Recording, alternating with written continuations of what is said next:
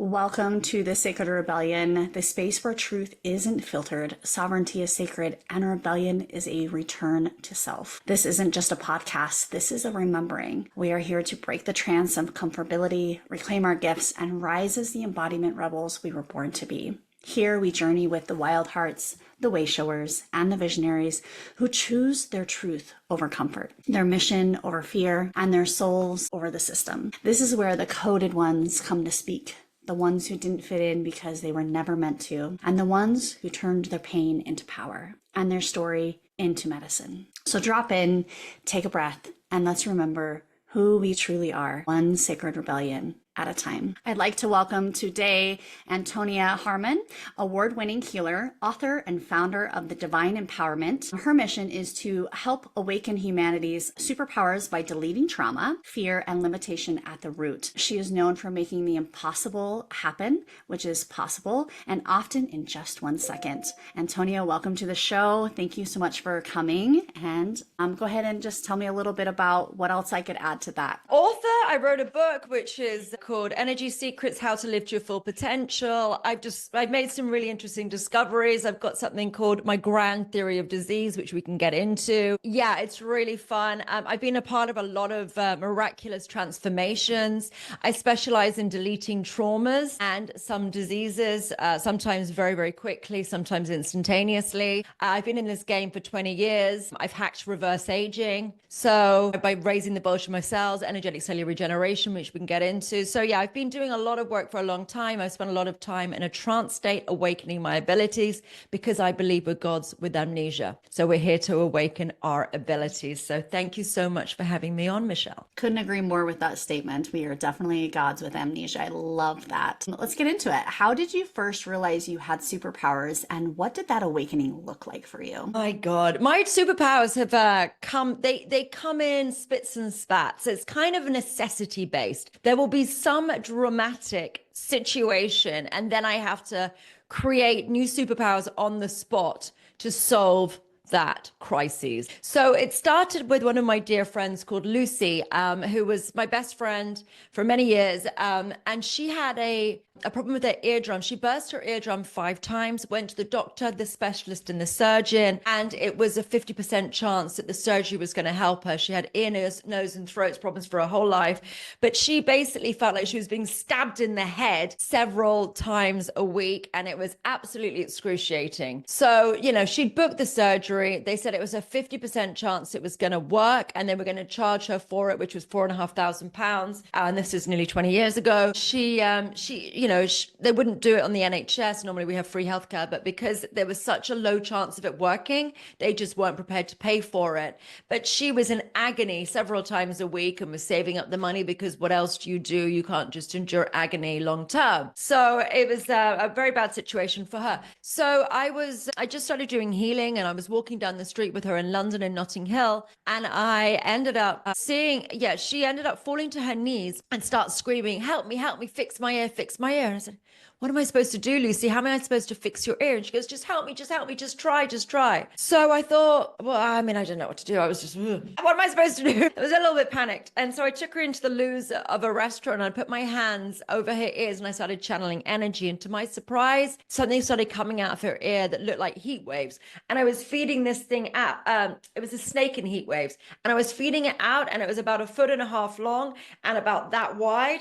And I saw it. It literally looked like I could see the outline of it, like you would it like a mirage, like heat waves rising. And it was just squirming on the ground like a snake. It was, what the hell is this thing? Anyway, so she said, do the other side. And I threw some energy at her. Right, got to do the other side. I started doing the other side. And it was smaller, narrower, shorter. And then I was feeding this thing out like a rope again, pulled it out, and she's never had earache since. I threw some energy at it since. She never had earache since. That was in 2007, and that completely changed her life. It changed my life. I was a TV host and model at the time, and I just thought, my goodness, medicine is missing a trick.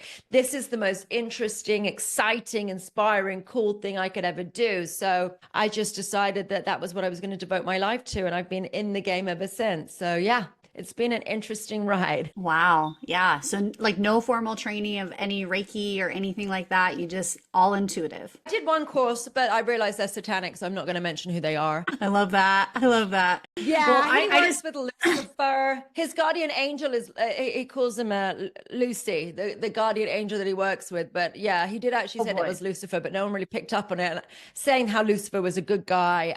Yeah, so I'm not going to name that. So I did one course with these people who ended up turning on me, being very aggressive, spreading loads of lies, causing loads of trouble.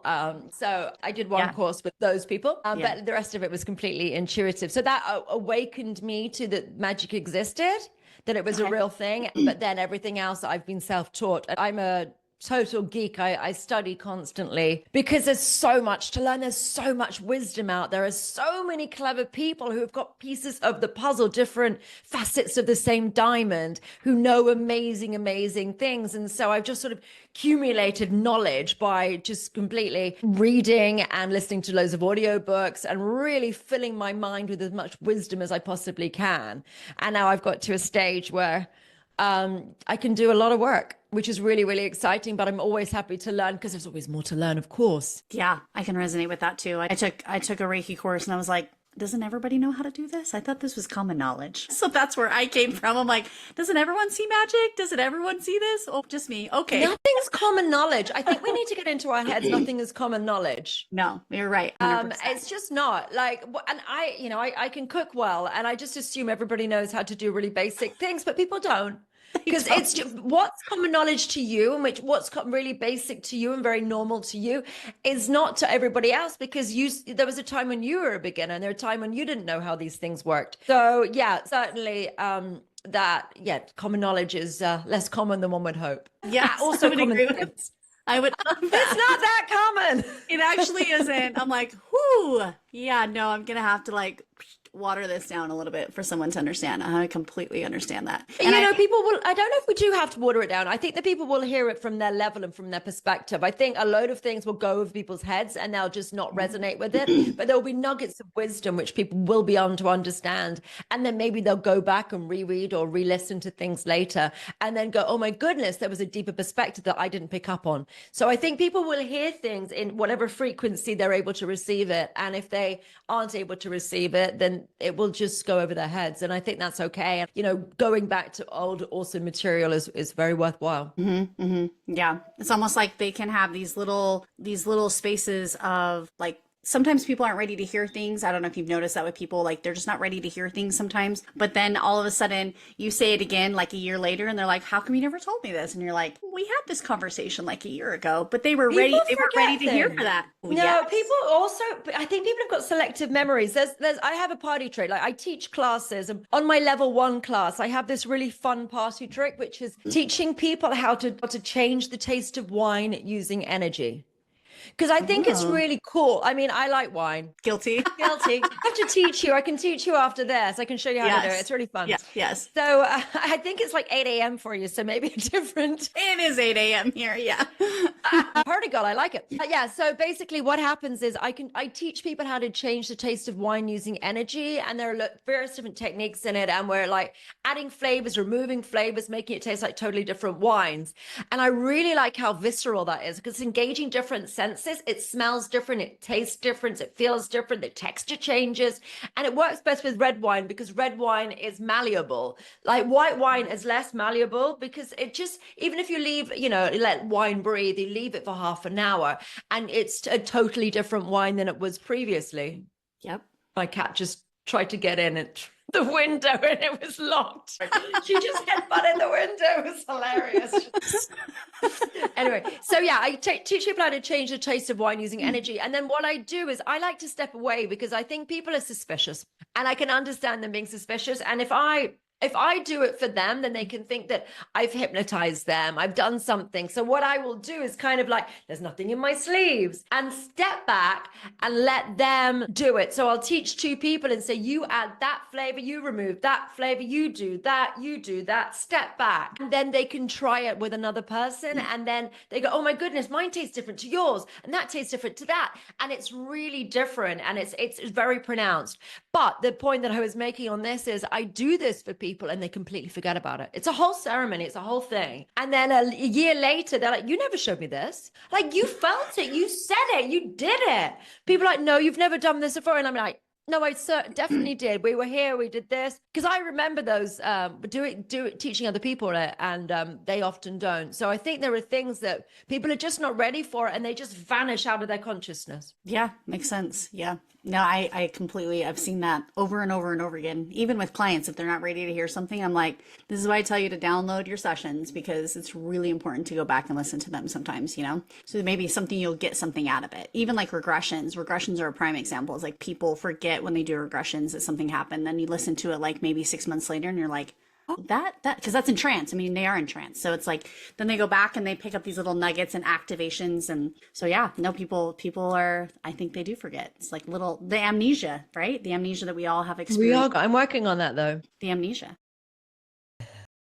Yeah, no, I've been working with malware. So I've just discovered, I make a lot of discoveries. And as I said, I'm reading around subjects a lot, but I'm really sort of engaged with this sort of Zachariah Sitchin stuff about the Anunnaki making us. And I think that, so the theory is really that they were trying to use us to mine gold, and they created humans to mine gold. We were made in their image, or the image of God, or maybe they used primates to sort of make us, or how are we made? And the fact that we don't really work on this planet, our bone density, I think, is 40% less than primates. We have rubbish bones. We have no skin. Like we can only survive on, I think, 40% of the planet. I think that's of the land, because if you go into Arctica, we can't do that. We can't go into the dense jungles. I think it's 40% of the 30% of the land, because 70% of the earth is water. So it's a very, very small area we're actually able to be in.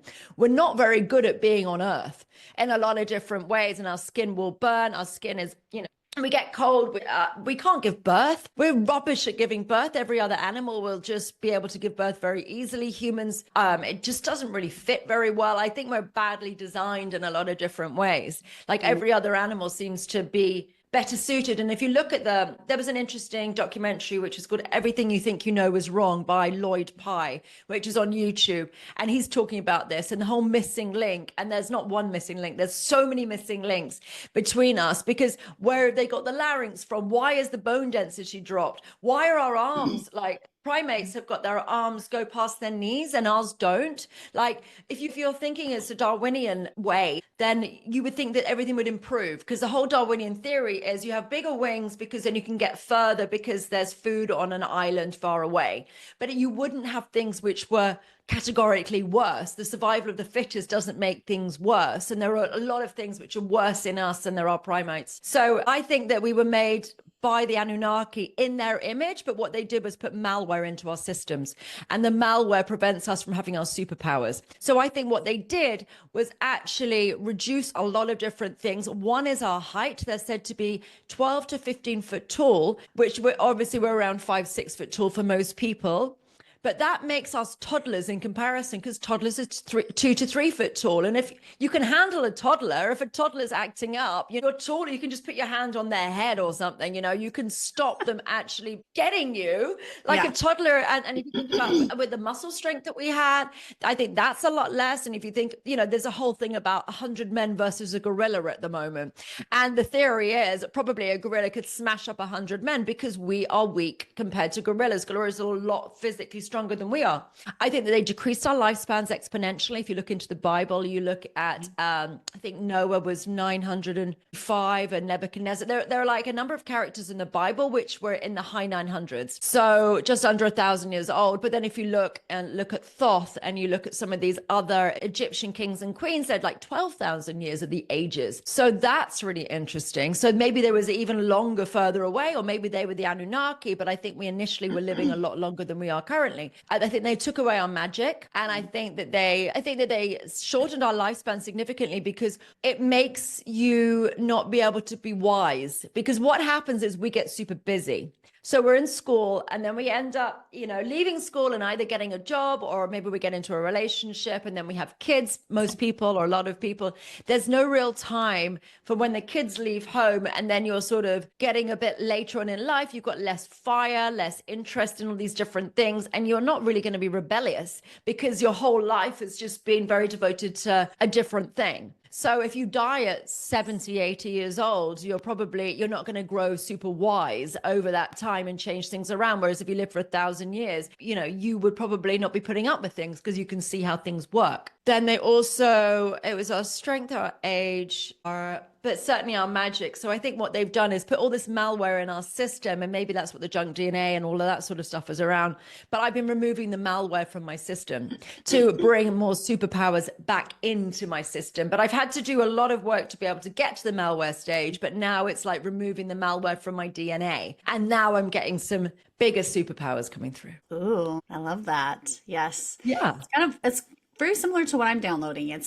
When my guides showed me, they scrambled our DNA. So the DNA coding, I call it the codex. Well, I don't call it that. That's what sources told me. The codex has been scrambled. And, I believe that I'm just a vessel harnessing frequencies of divine truth, right? So it's the codex that essentially the DNA systems have been scrambled. So if you can channel or recalibrate that to what the actual God codex is, then it will recalibrate its system, and then you can start having not junk DNA. Does that make sense? Well, my new energy that I've just created is called Mega, which is Matrix Elimination God Activation. Love that. So does it sound similar to what I'm describing? Yeah, that's what I'm saying. I think that might be, it might be something along that. Yeah, if you can get it, it's, be interesting.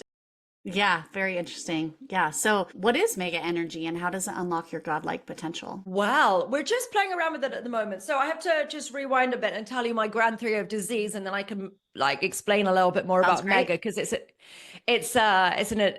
the next part of it. Okay, so I believe that diseases come in three categories: a gas, a liquid, and a solid. Gas-based diseases are thought-based diseases. So when you spend time with someone who's sad or angry or upset, you can feel it. They radiate that gas of that upset. It's in their field. Or a liquid-based disease is something like a backache. Sometimes it's a 2 out of 10, sometimes it's a 10 out of 10. Its location moves up, down, left, or right. It ebbs and flows. It comes in and out, or a cyst is a literal ball of fluid.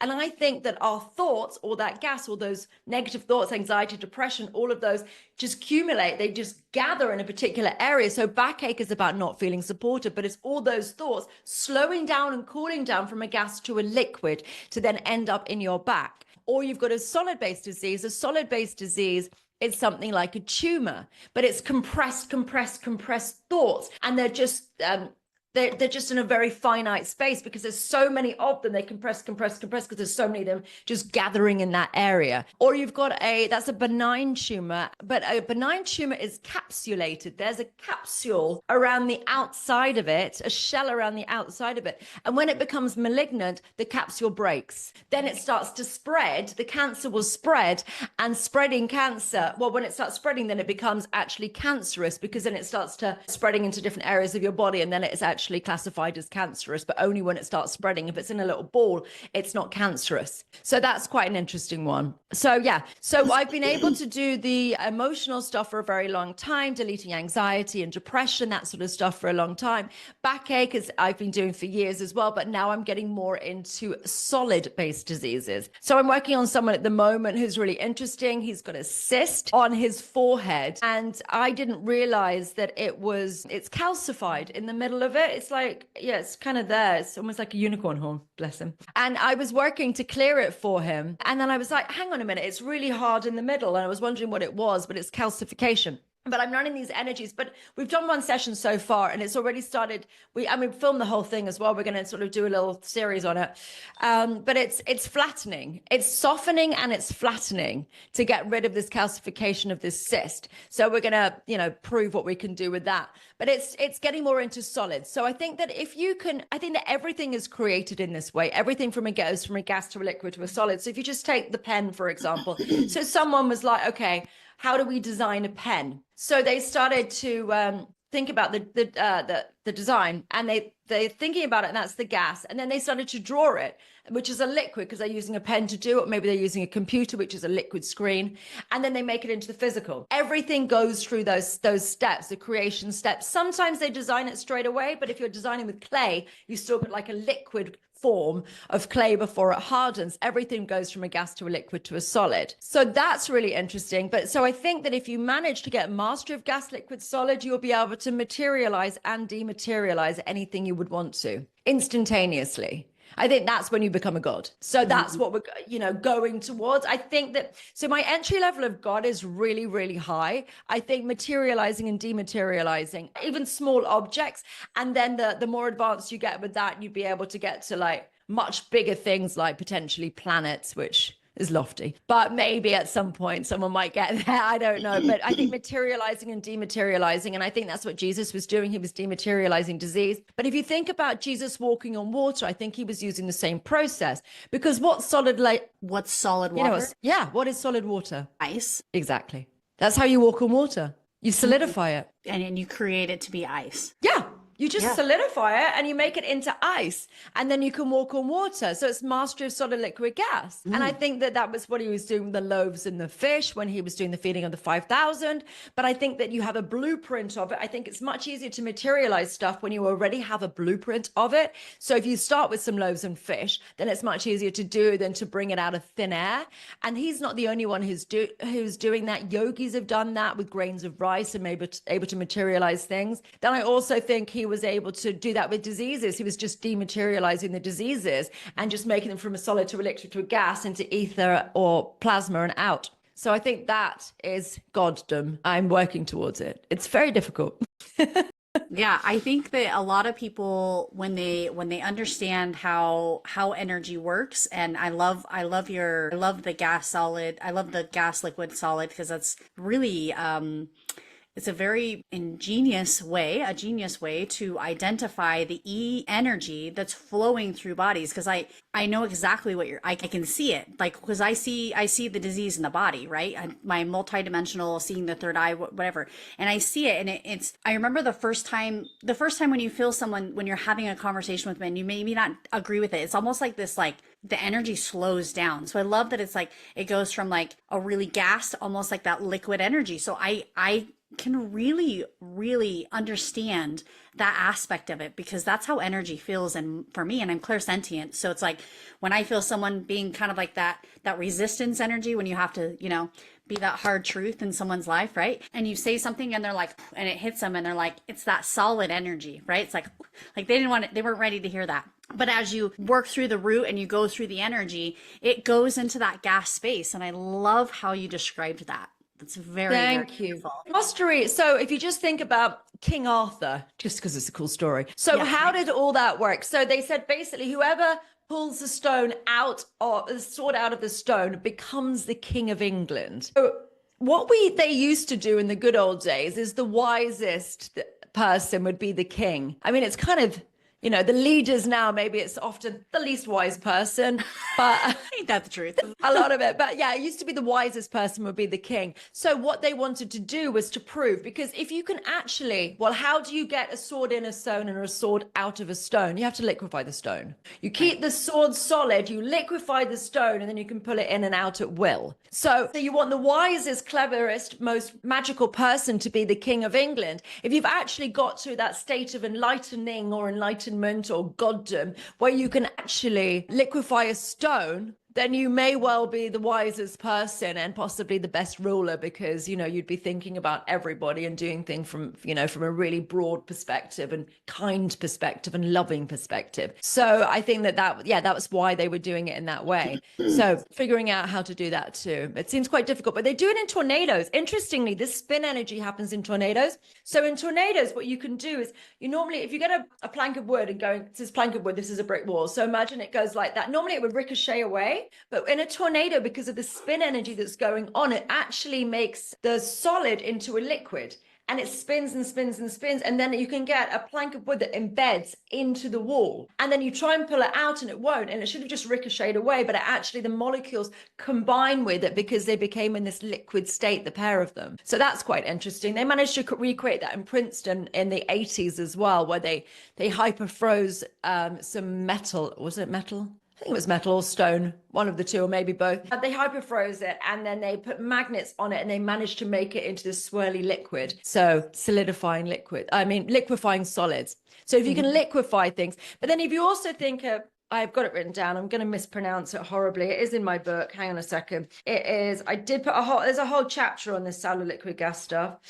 I'm going to say it. The oh God, I mean, so there's Yangli Show. That is pronounced right. I did ask my Nepalese friend about that, where they have, it's in Nepal, and they have the handprints go into stone. And it's really bizarre, but it's like literally handprints that go into stone. And they've liquefied the stone because they are enlightened beings who can liquefy stone. And they've made handprints in stone. And it's really interesting, and maybe a reverse or maybe a bit of a FU to this, to enlightenment, the Hollywood Walk of Fame. Look at those. You know, we're making the gods, the actors who are putting their hands in concrete, whereas actually that was something to define you as a god, and maybe that's a worshipping false idol thing. Oh wow. Okay. My brain's turning at this point. I'm like, maybe it's a ritual. I'm going fast.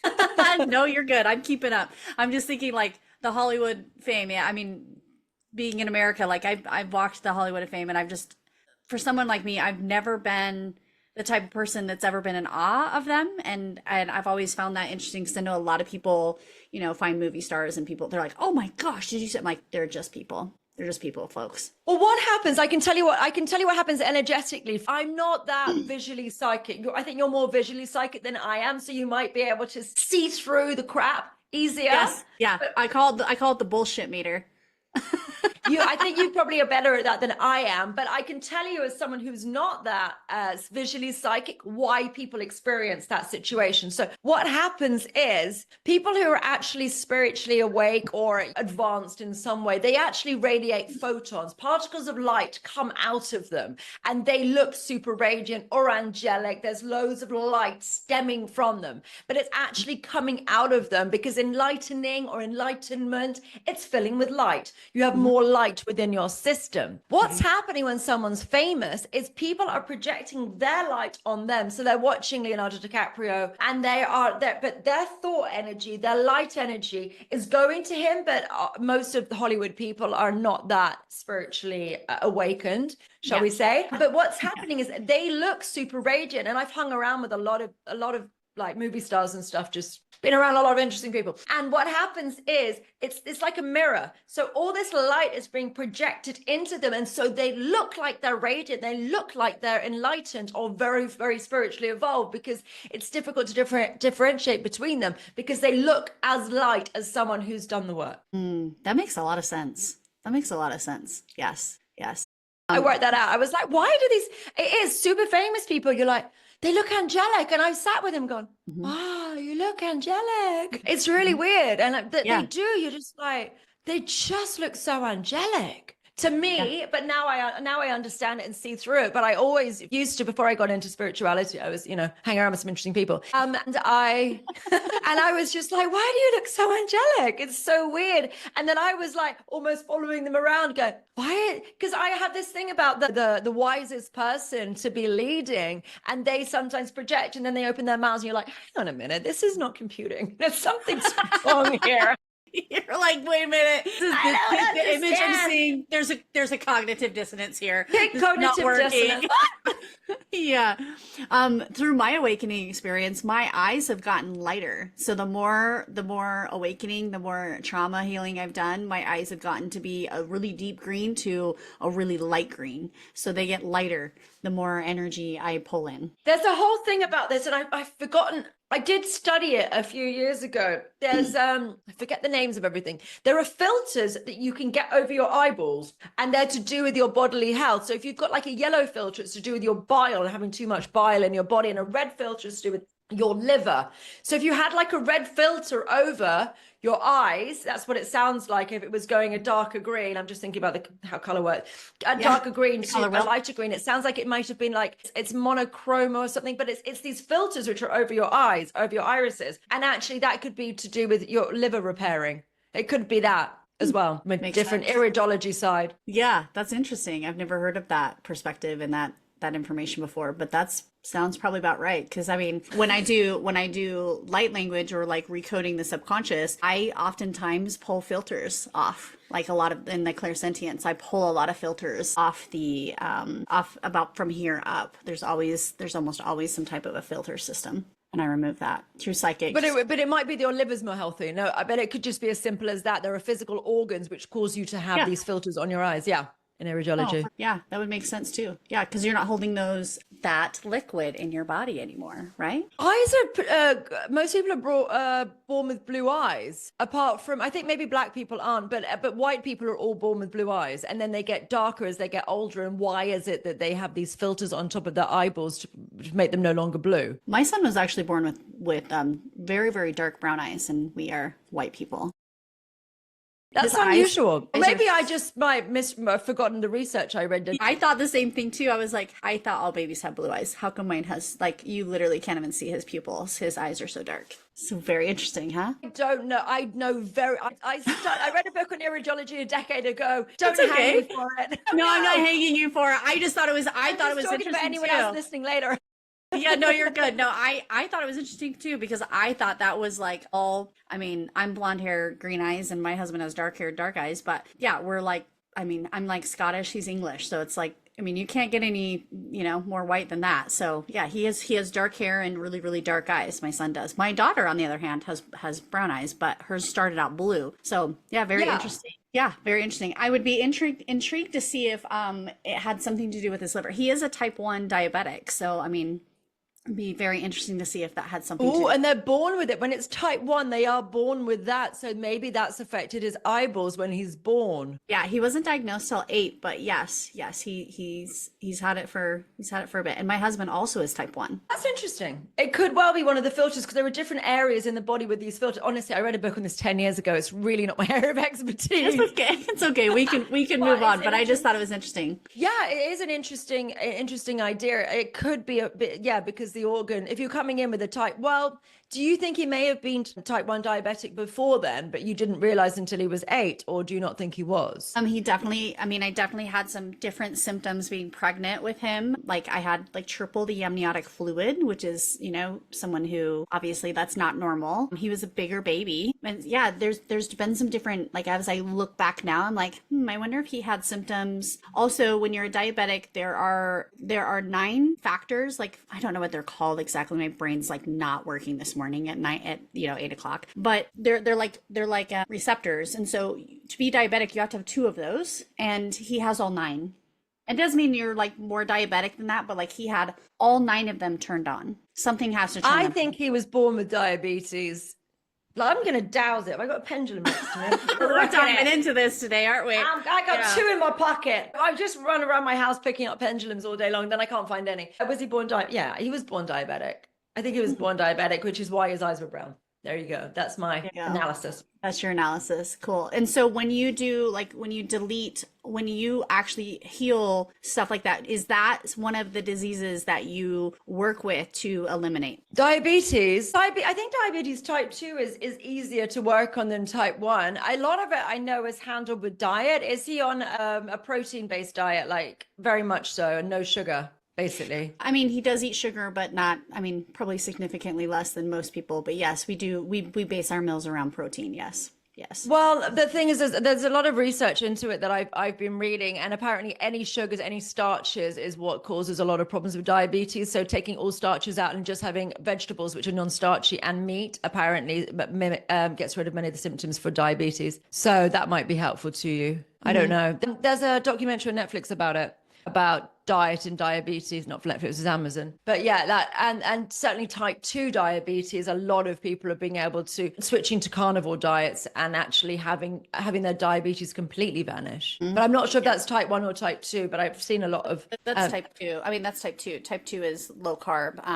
But yeah, if you go straight carnivore with type 1, you're still going to require insulin. Really, that's a shame, isn't it? Yeah, because my husband's gone carnivore and he still requires insulin. Yeah.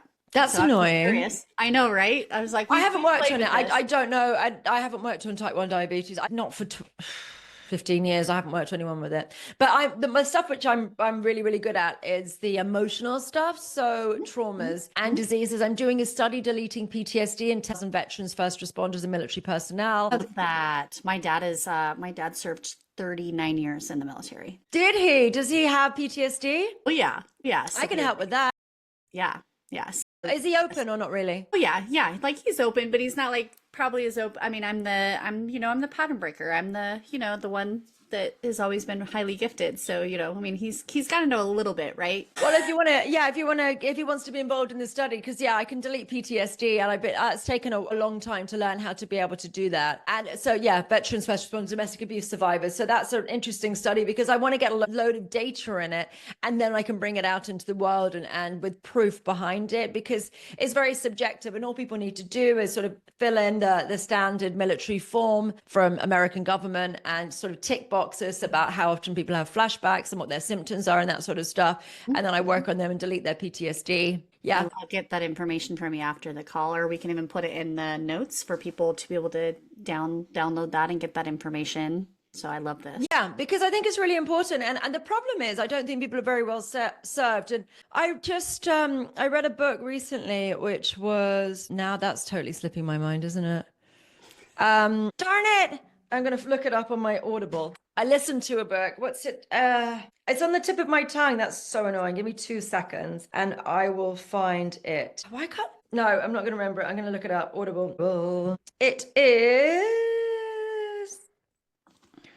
1 sec. Sorry about this. Where is it? It's so famous. It's about PTSD and now I can't find it. Sorry. The Body Keeps the Score. So the book, The Body Keeps the Score, which is a really interesting book by Bessel van der Kolk. It's really interesting, and it's talking about PTSD and traumas and what happens to people with traumas. So I read that and I was so saddened by how bad the treatments are. Mm-hmm. They're very limited. The treatments that people have got for PTSD are very, very limited. And the best tool that they use is EMDR, which is eye movement desensitization. And what happens is they get someone to recall a memory, and then they move their finger around, and that scrambles their memories by moving their finger around, or sometimes they use a light. The more modern stuff is using a light and follow the light around. And that's because when you recall a memory, you look in a certain direction. So if I just ask you now, how many windows do you have in your house, Michelle? How many windows have you got? Everybody at home, play along.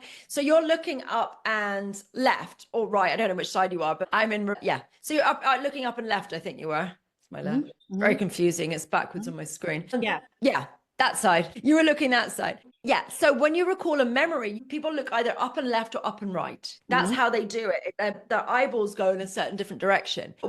So when you follow a finger or a light and you're recalling the memory, because your eye position is supposed to be in a certain direction when you're recalling it, that will scramble their memory. So conversely, which might be useful for people to know, is when people lie, they tend to look down because they haven't formed the memory. They're not looking up to remember what happened. They're looking down to sort of think about what they want to tell you. So that might be a useful one. So there's that one. And then there's also, I've forgotten the name of it, but it's an acting one where you get all these different people to act these different roles. And like, this is what happened. You be mom, you be dad. And then I wish that mom and dad had done this. You be mom, you be dad, in the way that you would like them to have behaved. And those are the best ones. And apart from the new stuff, which is coming out, which is psychedelics for the treatment of it. And the psychedelics is really, really interesting. The book Psychedelics is really interesting, which is by, why is my brain not working today? Have you read Psychedelics? I've got it right here. I have not read that yet. No. Psychedelics is really interesting. It's by a doctor. I just saw it on here, by Professor David Nutt. He's really interesting. He's a neuroscientist out of Bristol and University College London. And he was studying psychedelics in the treatment of traumas. And it's the most promising one. The only problem is it can be a bit dangerous because you have to make sure that people are ethical, because there can be some sort of sexual abuse when people are on drugs. You can only so you have to have 2 practitioners to 1 person, which is a little bit limiting. And then people may need another treatment in a few years, and they probably need 10 to 12 treatments to actually help them through these things. And then after about 5 years, it may come back. I think Ibogaine slightly different, but I don't know enough about Ibogaine and it's not mentioned in that book, to be able to comment on it. But the stuff that I do, I can work on mass. I can do loads of people at the same time. All that people need to do is think about the memories and tap into them at a pace that's comfortable to them. And then I literally strip the emotion from the memory. And so it becomes completely benign. They think about that situation. It's no longer triggering. It's no longer upsetting. There's no longer any energy or emotion within that situation. So then people's flashbacks go away. People just don't, when they think about it, nothing happens. And it's actually completely cleared from their system, and it's never come back. In my experience, it may, I can't guarantee it would never come back, but in the 20 years I've been doing that particular technique, pretty much 15 years, it's never come back in that time. Sometimes there's another layer because we haven't got to all of it, because they weren't ready to let everything go in one session. They wanted to do it more gradually. That can be a caveat to it. So you might need maybe a couple of sessions, but that's still unusual. Normally, if people are willing to do it, and we do it at a pace that suits them, they don't need to relive it, or they don't need to say anything to me about it. They just say the title of it. And the title, I don't really need to know the title. So it can be a title that's relevant to them, but it isn't triggering or upsetting. They can just say Uncle Joe or whatever. It doesn't really matter as long as we can refer back to it and check in on it. But I don't need to know the situation. And then they can just think about it without describing it. And they're thinking about it anyway. But they can also do it super gradually at a pace that suits them. They don't have to dive into whatever may have happened, which is deeply traumatizing. And then I just, as I said, strip the emotion from the memory, divorce it from their consciousness. And then it's no longer exists within their consciousness. And they don't care about it anymore. And it's really weird. People's reactions are really interesting, because a lot of people start laughing because they were so stuck on something horrendous. And then they were just like, what the hell was I doing? Why was I so stuck in that situation? And it's almost like gallows humor or something. They're just like, oh my God, why was I just so trapped in that? Or, I mean, obviously there's cathartic tears which come out of people, but they are often just like, holy moly, that they're so much cleaner and happier without that sort of stuff in their system. And I'm able to do that. I teach that right from my level 1 class. I teach people how to dissolve their emotional traumas. And then it just gets bigger and bigger. And then you get out of the gas situations more into the liquids and then the solids and so on. Yeah, I love that. I love that. It's fun. I work a lot with the subconscious. I mean, I'm a clinical hypnotherapist, so I've done a lot of the subconscious reprogramming, and then I downloaded my own way of doing that. And yeah, just delete. I call it dumping files. I'm like, let's just dump some files today. Nice. Have you worked on your dad with his PTSD then? He hasn't really worked with me with stuff. Like I said, he's not super, like, he's very, yeah. So I would love to work with my dad with PTSD, but I've done a lot of other people's trauma with different, like, a lot of it. People typically come to me for a lot of sexual abuse is usually what I typically get in my clientels. And yeah, it's very interesting to go from having an emotional response to dropping back into the experience and there being nothing. There's no emotional response, and it's fascinating. And to see the energy, I mean, literally people's entire light bodies shift when you no longer have that, I call it an energy or a cord of just anchoring into that frequency of that vibration, that trauma experience. And then once that's lifted and removed, their entire aura shifts. It's fascinating. Yeah, it's huge. It's amazing when people have these big shifts. Yeah, I get a lot of people hear I'm a healer, and then I get cornered in parties, or at least when I used to go to more parties. A number of times I've been cornered in parties by people who've had who've been sexually assaulted, and then I've cleared their traumas for them. It's been a lot of girls like toilet meetings and dissolving traumas for them. Yeah, no, it's interesting when you're a healer and people figure that out about you, and then it's all of a sudden, and it feels almost like, I don't like how they put people like us on pedestals. I don't really like that. I'm just another version of you. I want to stay in that space of, I'm here to help humanity, but I'm also, I don't want to put myself on that hierarchy. I want to really stay in a grounded place of like, you have these capabilities too. It's just you haven't remembered them yet. We're gods with amnesia, baby. Well, I get around that by teaching stuff. So people then learn all the stuff that I do as well, just by taking the classes. And then, I like to work collaboratively as well, because there are, gaps in my wisdom for sure. And it's really nice to work with other people who know other things that I don't know. I work with a lot of seers, and they really help me. Yes, I love that too. But then the thing is as well, but the thing with the seers, I'm a bit binary. I'm a bit like on, off, yes, no. It's kind of, because I haven't got a super amount of sight, I simplify everything. Whereas my seers get super in depth and it's amazing, but I'm just like, I can't even handle all those steps. Like, what are you getting? I don't understand. I'm one of those seers. You met one. Yeah, I'm sure you're 100% right, but I'm not doing all of that. So not having sight means that I'm like, we're running one energy and it does everything and that's all we're doing. So I'm it makes it very like, and if the thing is, if the energy runs, there's a problem. If the energy doesn't run, then there's no problem. On, off, yes, no. And then I just make it really, really clean. So it's super useful for me to be work with seers because then they help me formulate everything. But I'm like, I want one button. That's how we do it. We are pretty in depth when we see a little, I call it like the multidimensional body. It's like I see the different layers, right? The aura, the emotional body, the emotional conscious body, right? And they're all intertwined. And it's very fascinating because when people are like, oh, you work with the subconscious, I'm like, a little bit. I mean, I do, but I also work in the multidimensional body as a whole, right? So like the different aspects of it. I do a lot of muscle testing too. So I'll go through and be like, muscle testing the kinesiology aspects of the body so that people can, so you can, is it in the aura? Is it in the physical? Is it in the emotional body? Is it in the subconscious? So, but yeah. It's all connected and it's all really interesting. But yes, being a seer, someone who sees things, I call it the love-hate relationship because it's really amazing to have this amazing gift, but also sometimes it kind of stinks and you're like, oh, everybody loves this person, but I see through the bullshit. And it's sometimes like, you wish sometimes, I don't know. Sometimes I'm like, I wish sometimes I could just be a little asleep so I didn't always have to call out the bullshit. Can you not dial it down so that you can have a nice human experience at the same time? Gosh, I'd like to figure that out.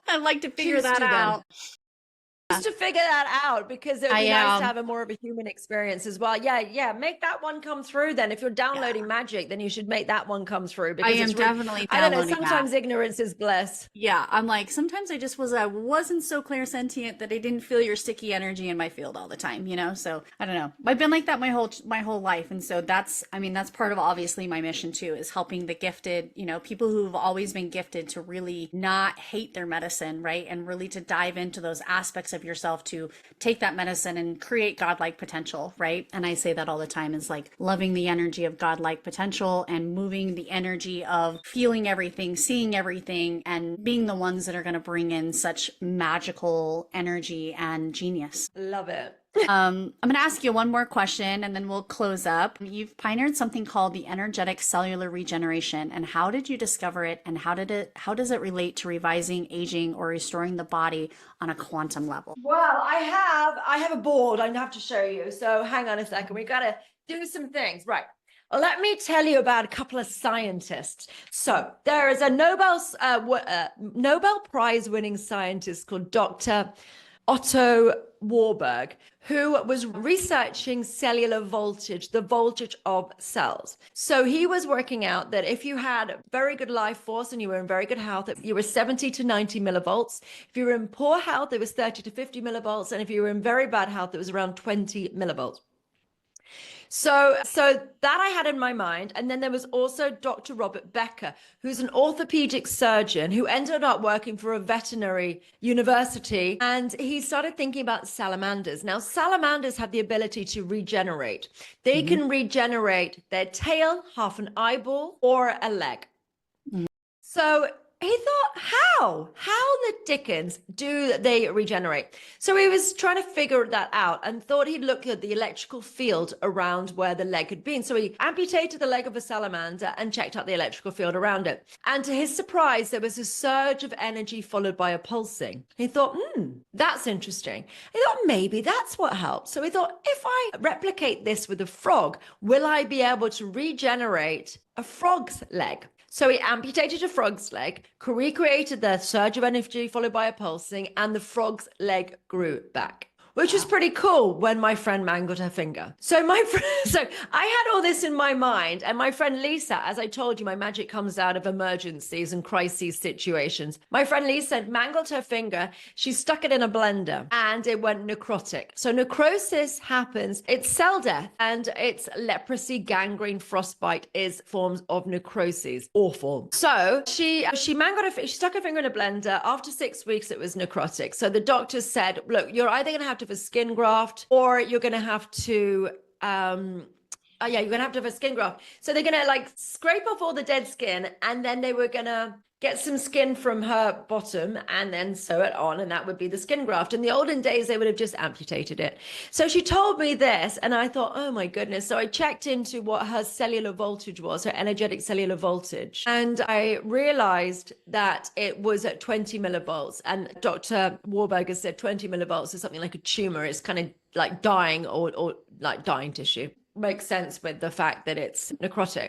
So I thought, okay, if I can raise the voltage in her finger to, 50 to 90 millivolts, but even higher, because in utero, you're about 150 millivolts. If I can raise it to that, can I regenerate her finger? So I on the spot, created a new style of healing to raise the voltage in her finger.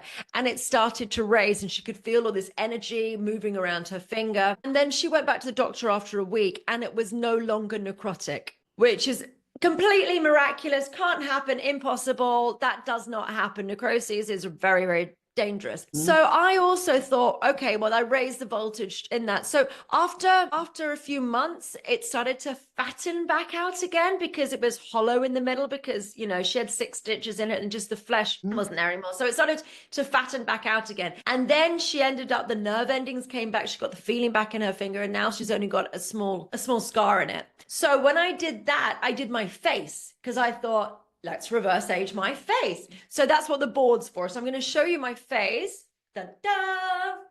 All right. So now I have to be able to see it at the same time. Okay. So if you can see around my eyes on that side, compared to the other side, or even compared to my face as I am here, and around my mouth as well. Hang on, I'm trying to get the microphone so I don't sound too quiet. Yeah, so around my mouth, around the lines on my forehead, how deeply set things are. I'm actually skinnier in this. I'm skinnier in this one.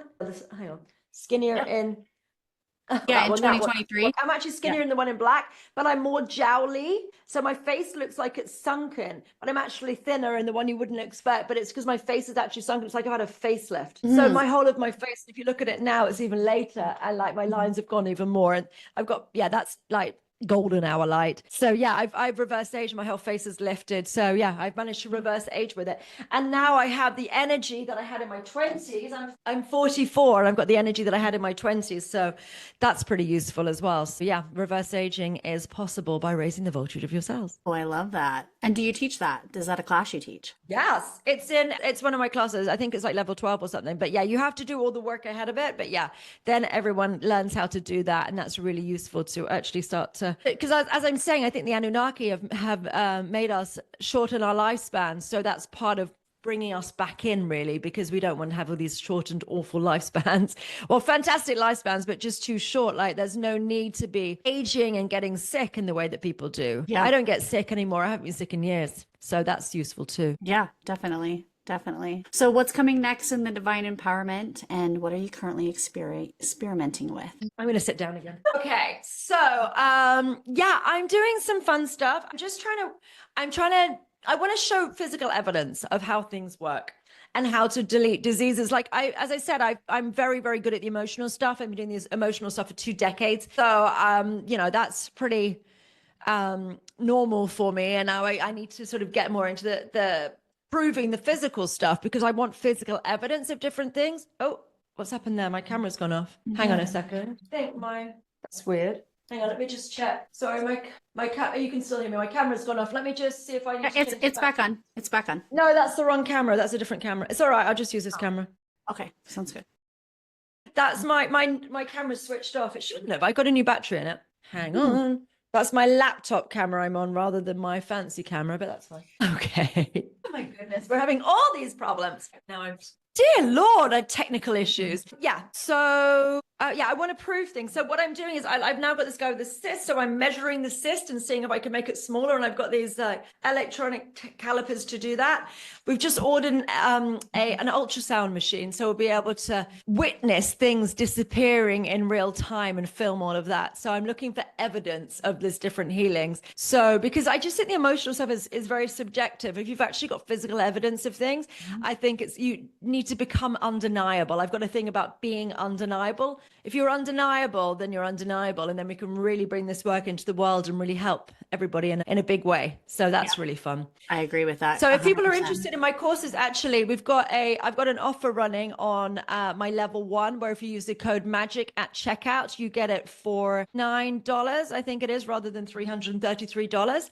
My website is divineempowerment.com. So yeah, you can do level 1 and learn how to dissolve traumas. There's 40 different energies in that level. So that's pretty fun. That's awesome. Well, thank you so much for being here today. This was such a fun and uplifting conversation. And again, I appreciate you coming on the show, and I will drop all your information and everyone can find you. So thank you so much for joining us. Thank you so much. And thank you everyone for watching. Bye-bye, everybody. Yes.